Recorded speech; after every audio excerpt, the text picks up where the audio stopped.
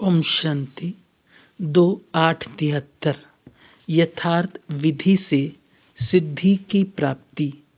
सिद्धि स्वरूप बनाने वाले, नॉलेजफुल, पावरफुल और लवफुल बनाने वाले सर्वशक्तिवान बाबा बोले, क्या अपने में विधि द्वारा सिद्धि की प्राप्ति समझते हो? क्योंकि जो कोई भी पुरुषार्थ करते हो, उनके पुरुषार्थ का लक्ष्य ही है सिद्धि को पाना। जैसे दुनिया वालों के पास आजकल रिद्धि सिद्धि बहुत है, तो उस तरफ है रिद्धि सिद्धि और यहाँ है विधि से सिद्धि। यथार्थ है विधि और सिद्धि। इनको ही दूसरे रूप में लेने के कारण वे रिद्धि सिद्धि में चले गए हैं। तो क्या अपने को सिद्धि स्वरूप समझते हो? जो भी संकल्प करते हो, अगर यथार्थ विधि पूर्वक है तो सिद्धि जरूर होती है। अगर विधि नहीं है तो समझो कि सिद्धि भी नहीं है। इसलिए भक्ति मार्ग में भी जो कोई कार्य करते हैं या कराते हैं, वैल्यू उसकी विधि पर होती है। विधि पूर्वक होने के कारण ही उस सिद्धि का अनुभव करते हैं। सभी का प्रारंभ तो यहाँ से ही हुआ है ना। इसलिए पूछते हैं कि सिद्धि स्वरूप अपने को समझते हो? वह अभी बनना है। समय के प्रमाण दोनों ही क्षेत्र में परिणाम स्वरूप अब तक 95% रिजल्ट जरूर होना चाहिए। जैसे समय की रफ्तार को देख रहे हो और चैलेंज भी करते हो, तो जो चुनौती दी है वो संपन्न तब होगी जब आप लोगों की स्थिति संपन्न होगी। ये जो चुनौती करते हो वो परिवर्तन किसके आधार पर होगा? उनकी आधारशिला कौन है? उनकी आप लोग ही तो आधारशिला हो ना। अगर आधारशिला ही मजबूत ना हो तो आगे कार्य कैसे चलेगा? जब फाउंडेशन या आधारशिला तैयार हो जाए, तब उसके बाद फिर नंबरवार राजधानी भी तैयार हो। तो जिनको राज्य करने का अधिकारी बनना है, वो अपने अधिकार नहीं लेंगे तो दूसरों को फिर नंबरवार अधिकार कैसे प्राप्त होंगे?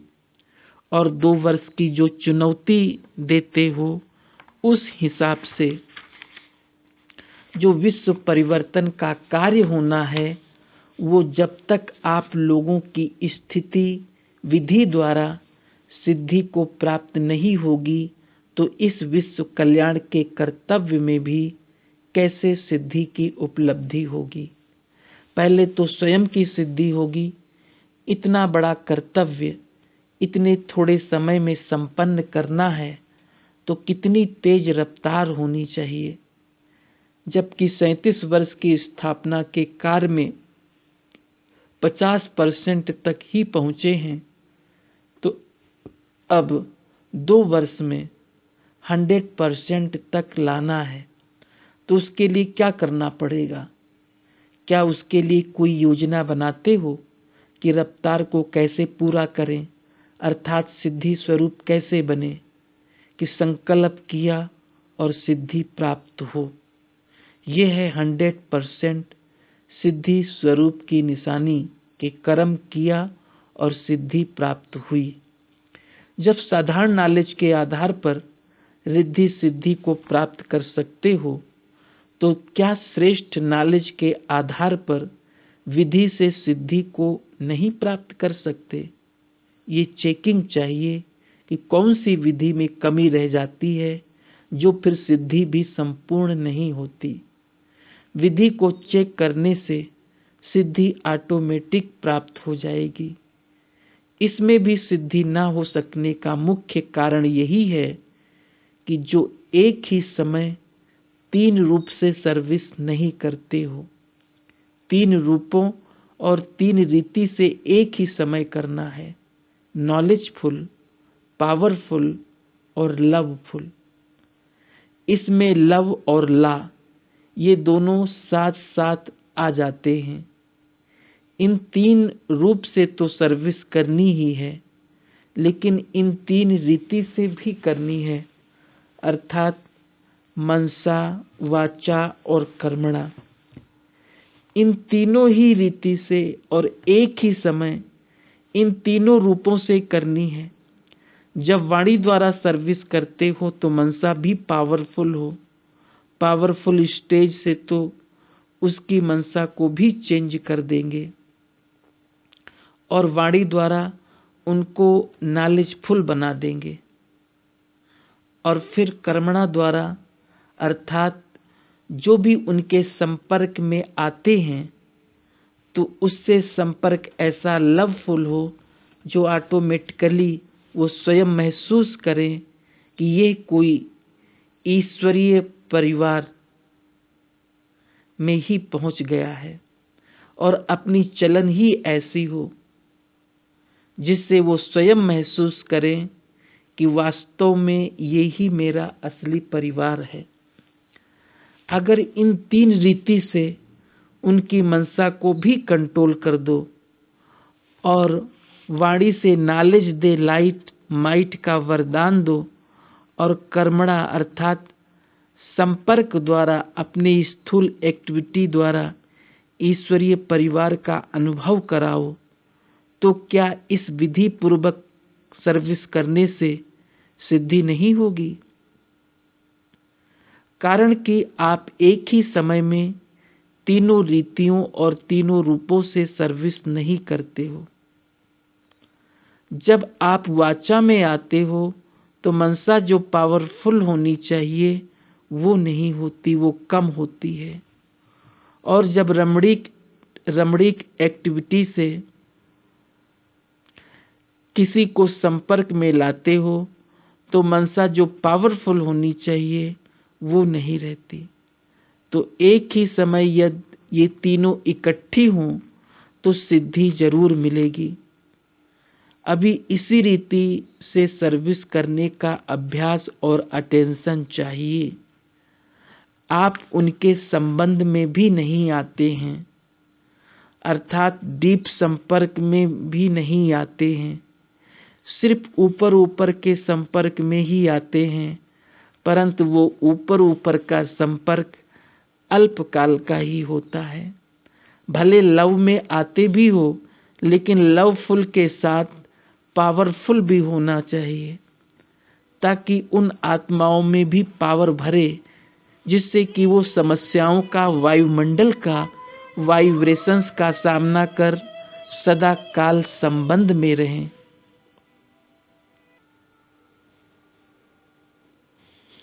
लेकिन वो नहीं होता। या तो वे नॉलेज पर आकर्षित होते हैं या फिर लव पर होते हैं। ज़्यादातर वो लव पर ही आकर्षित होते हैं, फिर सेकंड नंबर में नॉलेज पर। लेकिन पावरफुल स्टेज ऐसी हो जो कोई भी बात सामने हो तो वो हिले नहीं। अभी केवल ये कमी है। जो सर्विसेबल निमित्त बनते हैं उनमें भी नॉलेज ज़्यादा है और लव भी है, लेकिन पावर कम है। पावरफुल स्टेज की निशानी क्या होगी? 1 सेकंड में कोई भी वायुमंडल या वातावरण को, माया की कोई भी समस्या को खत्म कर देंगे। वो कभी हार नहीं खाएंगे। जो भी आत्माएं समस्या का रूप बनकर आती हैं वो उनके ऊपर बलिहार जाएंगी, जिसको दूसरे शब्दों में प्रकृति दासी कहें। जब 5 तत्व दासी बन सकते हैं तो क्या मनुष्य आत्माएं बलिहार नहीं जाएंगी? तो पावरफुल स्टेज का प्रैक्टिकल स्वरूप ये है। इसलिए कहा कि एक ही समय तीनों रूप से सर्विस करने की जब रूपरेखा बन जाएगी तब हर एक कर्तव्य में सिद्धि दिखलाई पड़ेगी। तो विधि के कारण सिद्धि हुई न, विधि में कमी होने के कारण ही सिद्धि में कमी है। अब सिद्धि स्वरूप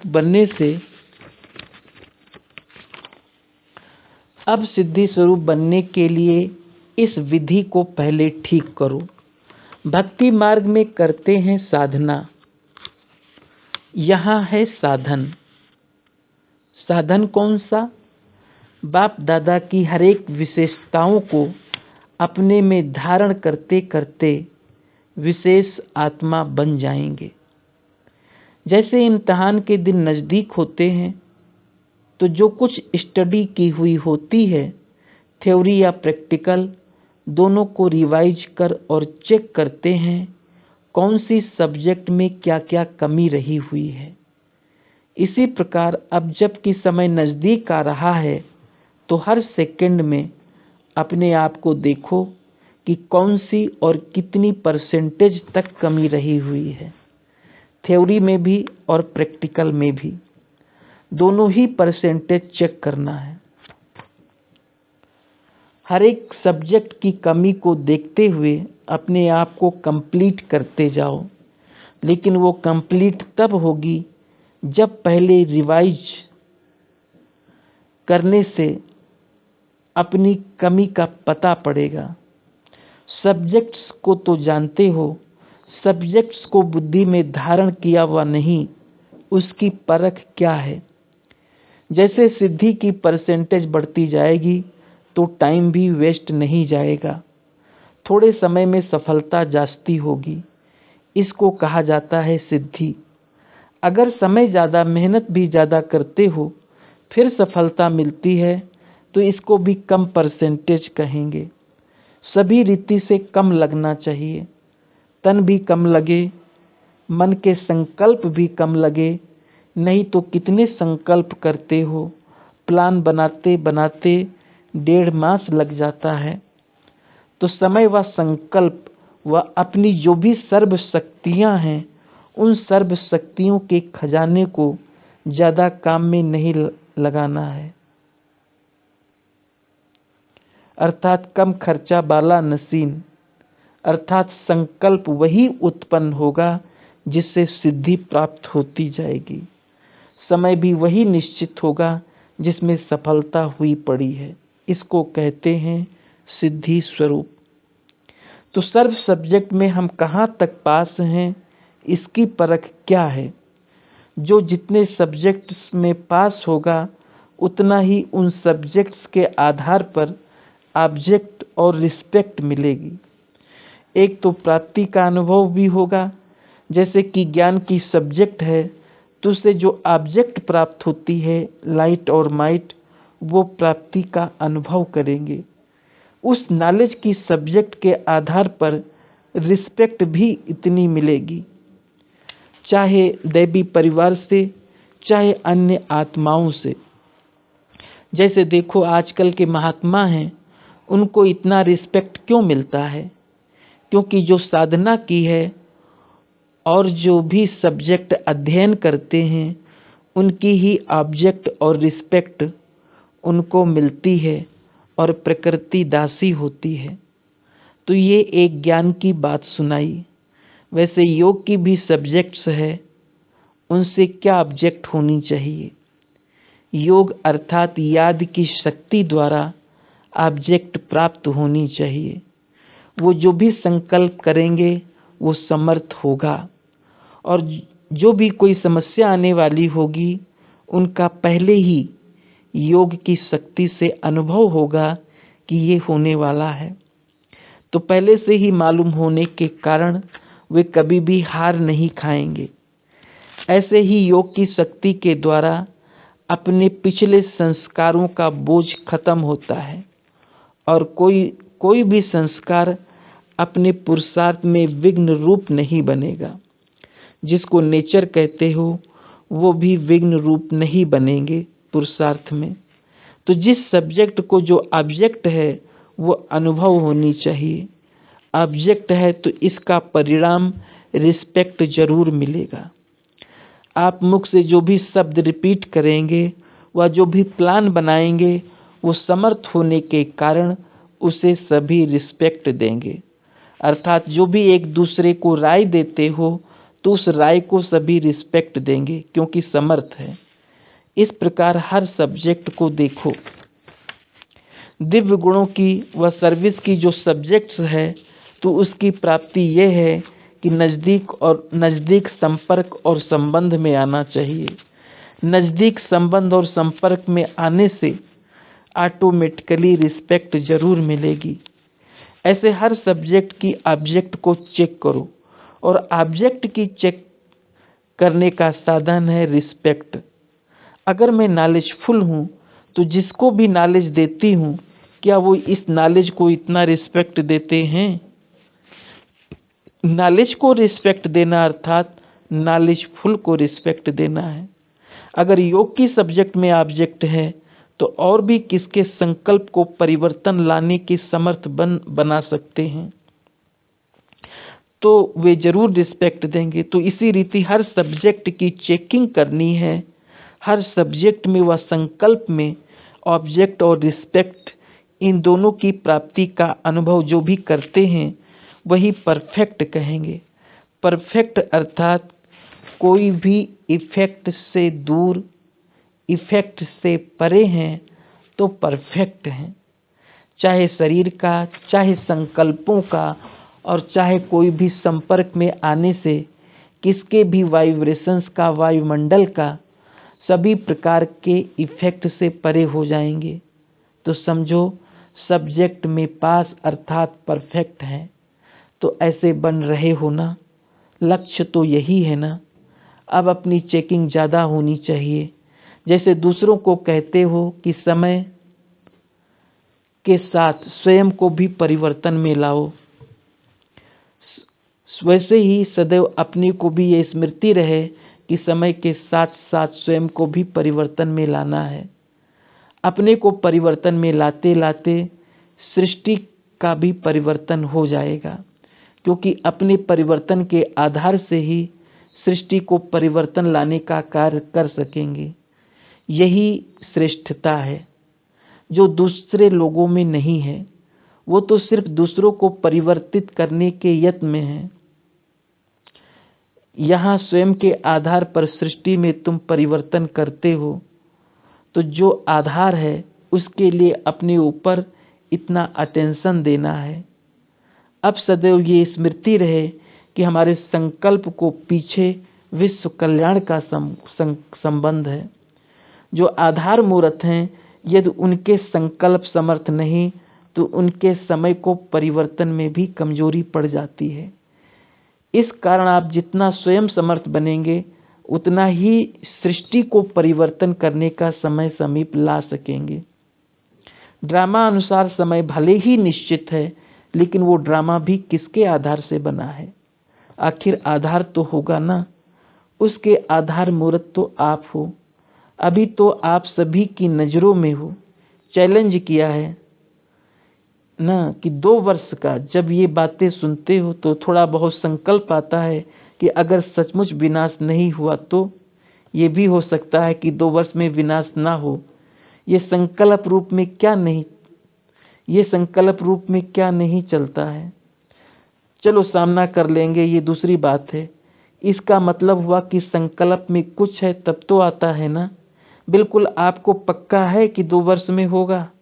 अच्छा समझो आप लोगों से पूछते हैं कि विनाश ना हो तो क्या होगा, फिर आप क्या कहेंगे? जिस समय समझते हो तो ये स्पष्ट समझाना चाहिए। ऐसे नहीं कि 2 वर्ष में कंप्लीट विनाश हो जाएगा। नहीं, 2 वर्ष में ऐसे नज़ारे हो जाएंगे कि जिससे लोग ये समझेंगे कि बरोबर ये विनाश हो रहा है और विनाश शुरू हो गया है। ये एक बात सहज लग गई तो दूसरी बात सहज लगेगी ही। विनाश में समय तो लगेगा ना। जब स्वयं संपूर्ण हो जाएंगे तो कार्य भी संपूर्ण होगा। सिर्फ स्वयं ही संपूर्ण होंगे। एडवांस पार्टी का क्या कार्य चल रहा है? आप लोगों के लिए आज सारी फील्ड तैयार कर रहे हैं।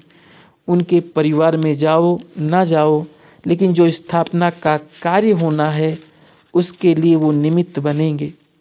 कोई पावरफुल स्टेज लेकर निमित्त बनेंगे। ऐसे पावर्स लेंगे जिससे स्थापना के कार्य में मददगार बनेंगे। आजकल आप देखेंगे दिन प्रतिदिन न्यू ब्लड का रिगार्ड ज़्यादा है। जितना आगे बढ़ेंगे उतना छोटों की बुद्धि काम करेगी, जो बड़ों की नहीं। बड़ी आयु की तुलना में फिर भी छोटेपन में सत्व प्रधानता रहती है। कुछ ना कुछ प्योरिटी की पावर होने के कारण उनकी बुद्धि जो काम करेगी वो बड़ों की नहीं करेगी, वो चेंज होगी। बड़े भी बच्चों की राय को रिगार्ड देंगे। अब भी जो बड़े हैं वो समझते हैं कि हम तो पुराने जमाने के हैं, ये आजकल के हैं, इनको रिगार्ड ना देंगे और उन्हें बड़ा समझ नहीं चलाएंगे तो काम नहीं चलेगा। पहले बच्चों को रोब से चलाते थे, अब ऐसे नहीं, बच्चों को भी मालिक समझकर चलाते हैं। तो ये भी ड्रामा में पार्ट है, छोटे ही कमाल कर दिखाएंगे। एडवांस पार्टी का तो अपना कार्य चल रहा है, लेकिन वो भी आपकी स्थिति एडवांस में जाने के लिए रुके हैं। उनका कार्य भी आपके कनेक्शन से चलना है। सारे कार्य का आधार आप विशेष आत्माओं के ऊपर है। चलते चलते ठंडाई हो जाती है, आग लगती है, फिर शीतल हो जाती है, लेकिन शीतल तो नहीं होना चाहिए ना। बाहर का जो रूप है मनुष्य वो देखते हैं, समझते हैं ये तो चलता आता है, बड़ी बात क्या है। परंपरा से खेल चलता ही आ रहा है, लेकिन ये चलते चलते शीतलता क्यों आती है? इसका कारण क्या है? परसेंटेज बहुत कम है। लेक्चर्स तो करते हैं, लेकिन लेक्चर्स के साथ साथ फीचर्स भी अट्रैक्ट करें, तब लेक्चर्स का इफेक्ट हो। तो अपने को हर सब्जेक्ट में चेक करो। आजकल लेक्चर्स में आप कंपटीशन करो तो इससे कई और भी जीत लेंगे, लेकिन जो प्रैक्टिकल में है उसमें सभी आपसे हार जाएंगे। मुख्य विशेषता प्रैक्टिकल लाइफ की है। प्रैक्टिकल कोई भी बात बताओ तो वो एकदम चुप हो जाएंगे। तो जब लेक्चर्स को प्रैक्टिकल का भाव प्रकट हो तब वो लेक्चर्स देने से न्यारा दिखाई दे। जो शब्द बोलते हो नैनों से दिखाई दे कि ये जो बोलते हैं वो प्रैक्टिकल है, ये अनुभवी मूर्त हैं, तब उसका प्रभाव पड़ सकता है। बाकी सुन सुनकर तो सभी थक गए हैं, बहुत सुना है। अनेक सुनाने वाले होने कारण सुनने से सभी थके हुए हैं।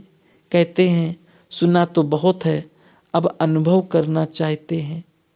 और अब कोई प्राप्ति कराओ तो लेक्चर में ऐसी पावर होनी चाहिए जो वो एक एक शब्द का अनुभव कराने वाला हो।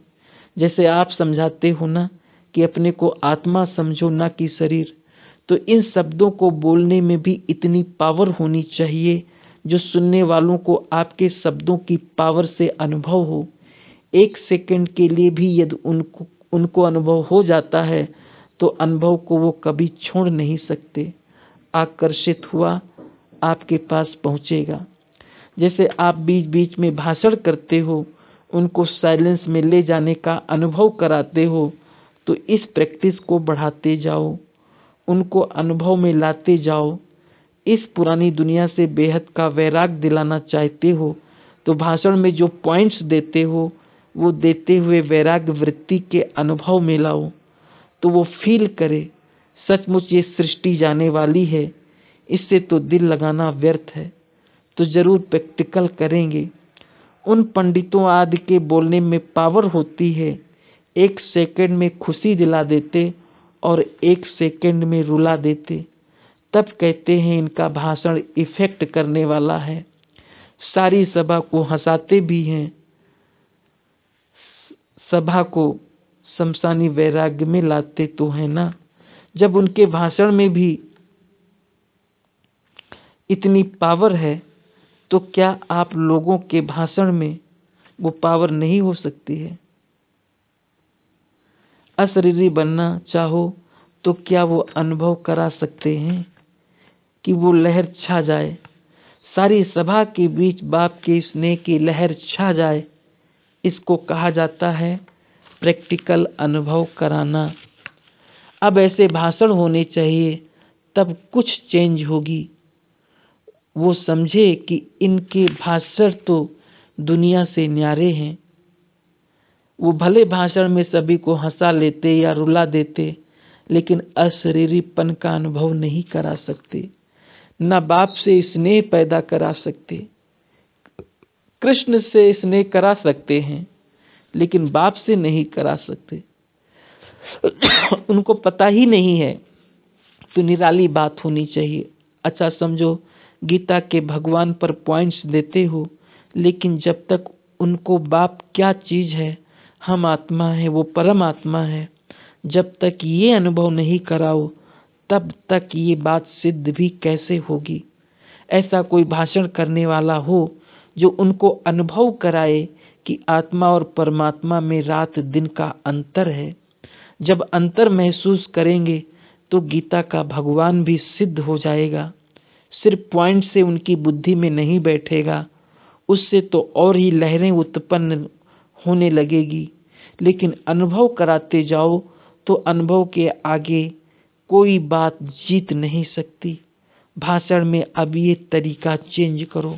अच्छा, मुरली का सार, याद की शक्ति द्वारा ऑब्जेक्ट प्राप्त होती है।